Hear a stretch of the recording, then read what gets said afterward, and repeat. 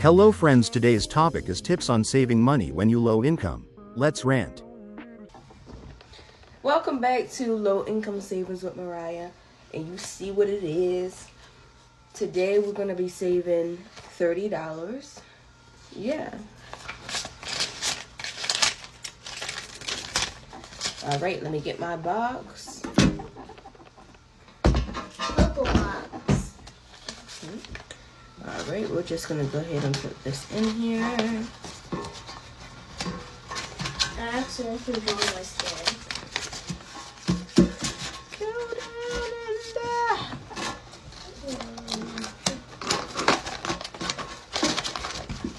Alright, you guys.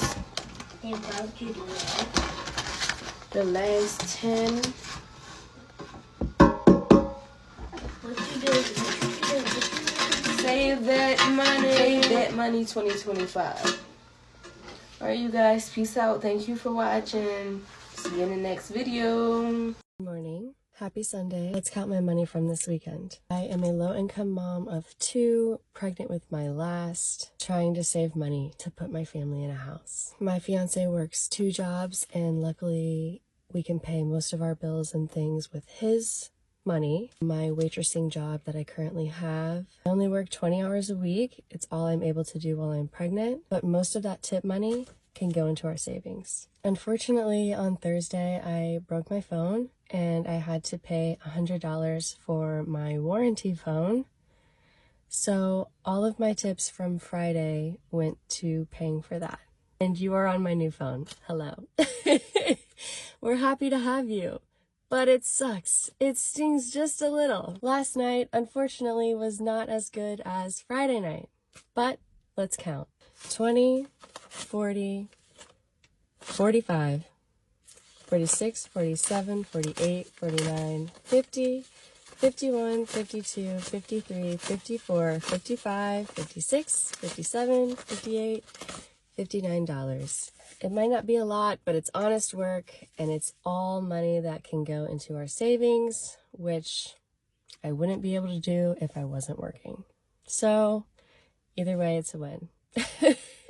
Grand total, not so sure yet. I think we're right around $1,000 though. So pretty cool. Pretty cool for just starting a couple months ago. Thanks for watching. Hopefully next week we will have more money to put in our savings. Have a great day. Bye. Christmas was so hard this year as a low-income single mom. My kids had to get gifts off the angel tree, Toys for Tots, and all of that. But you best believe this year I'm going to save up some money for my kids' Christmas. I got $100 as a gift from a family member. This is going to start my savings right here.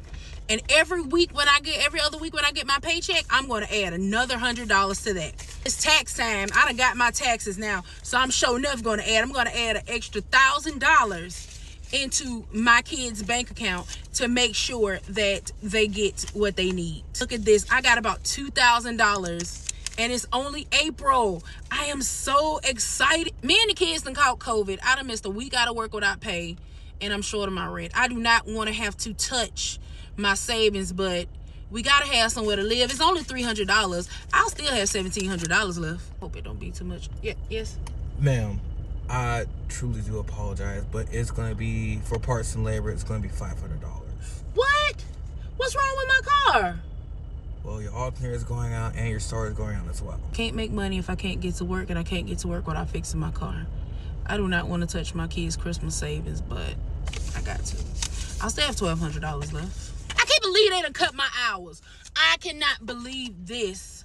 I'm one of their best employees, and now they gonna have to drop everybody down to part-time. What am I supposed to do about my bills? Oh my God. Okay, what I can do is I can just use some of that money I got in savings. It's gonna help me. I know it's for my kids' Christmas. I'm sure things are gonna pick back up soon. I'm gonna use everything but $500. Everything but $500 is gonna go towards bills. And I'm gonna be good. I'm gonna keep this $500. I'm gonna have it for Christmas. Everything is gonna be okay. How did you wait till the last minute to tell me your football dues was due? Why you didn't call and ask your daddy? I mean, he said he paid last year. He said it was your turn this year. But you his son this year too? Oh, God. You know what? Don't worry about it. Don't call and ask that man for nothing. I don't want to hear his mouth. Here, take it. How much is $200? Here, take it, Junior. Take it. Thanks, Mom. I don't care what happens. I am not going to spend this $300. It won't be as big of a Christmas as I wanted for the kids, but I'm holding on to this $300 for dear life. $250? What you mean $250? Our ER copay ain't nothing but $125. Well, I'm sorry, man, but the hospital they took your son to after he broke his leg was out of network, so the copay is double. Why you didn't call me? Ain't nobody ask you to pay that, coach. I understand you want to look out for the team, and I'm glad you took Junior to the hospital, but you should have called me, because I ain't got, what you mean you took it out of the team? You know what? Don't even worry about it. Just bring Junior on home. I will give you your money when you get back. I guess I may as well put this in the gas tank. Good morning, ma'am. I'm here to sign up for the Angel Tree. This video is for you if you have low income and you are still looking for ways to save. Now, by you having a low income, savings is the last thing on your mind. So I'm hoping these 10 tips will help guide you on the right path. 1, you need to create a budget and definitely stick to it. So you have to look through your utility bills, your mortgage, rent, gas bill, grocery bills, whatever you spending your money on, that's what you're gonna have to look through, even your bank statements. And if you have a significant other, they need to be in this with you. It's gonna be tedious, but it's gonna be so worth it. Second, you only need to save what you can when you can. You can't put money to the side that you know that you don't have. All it's going to do is have you to go right back into it. So don't hurt yourself. Do what you know will work for you. Third, cut unnecessary expenses out. Stop eating out. Buy your food and cook it. Cut that gym membership out. Internet bill could go too. If you have children, school is almost over with. They don't need it. Fourth, you can earn a bank bonus. Most banks will offer you a bank bonus for opening up a new account and putting money into it. So if you haven't done it already, talk to the bank and find out. The fifth thing is, any extra money that you got need to be going directly into that savings account. Anything that's not included into your weekly income need to be put into the savings. Yes, get it out your hands and put it up. 6, rent out that property. If you have a garage, maybe an extra room, you could rent that out for the extra income. 7, you could do a no spending challenge. That means you don't spend on any products, maybe for a day, a few days, a week, a month, I don't know, whatever will work for you.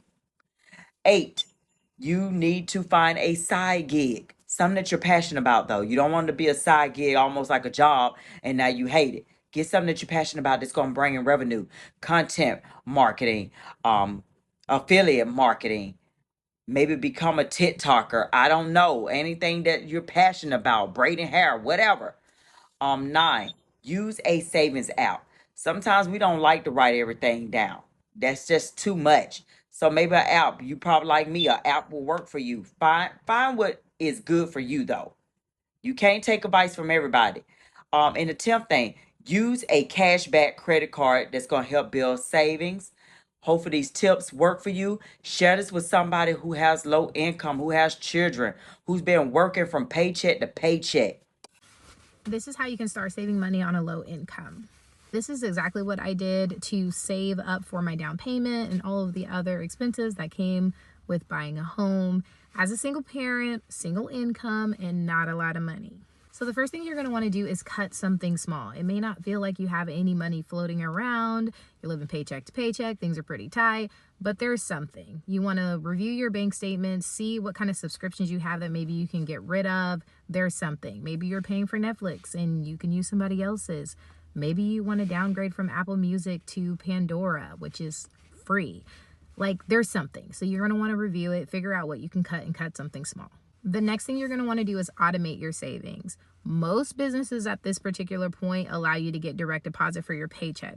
You're going to want to go into whatever that system is for your job and automate your savings. Start with something small. That expense you just cut, go ahead and use that money, that $5, $10, whatever it is, and automatically have it go into a separate savings account. Not the same savings account that is attached to your checking account. That money's too easy to transfer. Go ahead and open a separate savings account that is an online savings account, because it's not as easy to get to. It usually takes about 24 to 48 hours to transfer that money.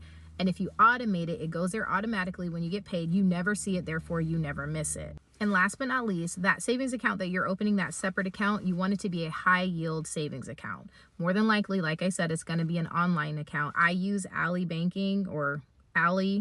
It might not be banking, but they have a higher interest rate than what a normal bank would have. Like Bank of America, Chase, Wells Fargo, all of those have really, really small interest rates, like your APY that you get on the money you have in there, and that's just kind of throwing money away. So you want your money to make money. Even if it's not a lot, it's going to grow. So you're going to want to put it in a high yield savings account. You're welcome in advance. Please save money. Even if you need a second job, just do it. Do you want to know the biggest hack for saving money? Just don't leave your house. It's that simple. It's really that simple. Today is Thursday. It's the first day that I've left my house, mine is like going outside to play, since Sunday. Now, I know not everybody can do this. I know I go crazy too, but it really helps me to not spend money if I'm not leaving the house. Because every time you leave the house, you spend $100. Now, I know that online shopping can be really hard to not just click, click, click and go. Delete the apps off of your phone. Just don't have Amazon on your phone. Don't have whatever it is, Old Navy, whatever your kryptonite is. Delete the apps off your phone, or only put things in the cart and then don't buy them. Leave them in the cart to see if you actually need them or if it was going to be an impulse buy. Those are my two things. If you don't want to spend money, don't leave the house and delete the apps off your phone. I make $30K a year. Here's how I split my spending between needs, wants, and saving. I use a zero-based budget, so every dollar has a job. Since I live at home, I keep my needs category low at 23.6%. This covers groceries, gas, and my phone bill. I save 52% of my income, most of it going straight into my moving out fund. 17% goes to wants, and whatever is left, I invest. I know everybody out here trying to say we all trying to save money. Y'all, my fastest way of saving money, like the most efficient way for me to save money is when I get paid, whatever I'm trying to save at that little point in time, I have to take that off my card. I can't explain to y'all. I have to have it in cash. That's my easy way. You know, the little shoebox method. That's what I be using, y'all. I have to take the money off my card because when I leave money on my card, it's easy for me to spend it. It's easily accessible. Shit, I can go order some shit. I can send groceries to my house. You could order shit. Feel me? It's like I say, it's accessible. So it's easy for me to spend money. Anybody ask me for money, it's easy for me to send the shit and shit like that. Whereas when I got cash, you got to go somewhere to spend that shit. I don't go nowhere like that. And when I go somewhere, I don't really like taking cash. I don't like carrying cash. It's like I don't like carrying cash, so I know when I go out, the cash is never going to be on me. So I'm never going to spend it. I don't know, y'all. It might not make sense to a lot of people, but y'all, that shit makes sense to me, and that's the way I'm able to save. Once I started back doing that shit, it made that shit so much easier. Like, you know, like how people, for example, they sell y'all like these little books where you put money in it. It's the same shit, y'all. That shit all the same shit. You know what I'm saying? It's all the same shit. Not only that, y'all, when I have, like, don't matter what it is, when I get change from anything, any money I spend, I get change back. I put all that change. I never spend my change. I put my change in one thing. I turn that shit in after a couple months. And that shit always leave me with either like a couple $100 extra just to put into whatever I'm saving. It's easy. Tough times are here in 2025, but you still need some saving. Having something saved is better than nothing. What do you think? Comment down below, and thank you for watching.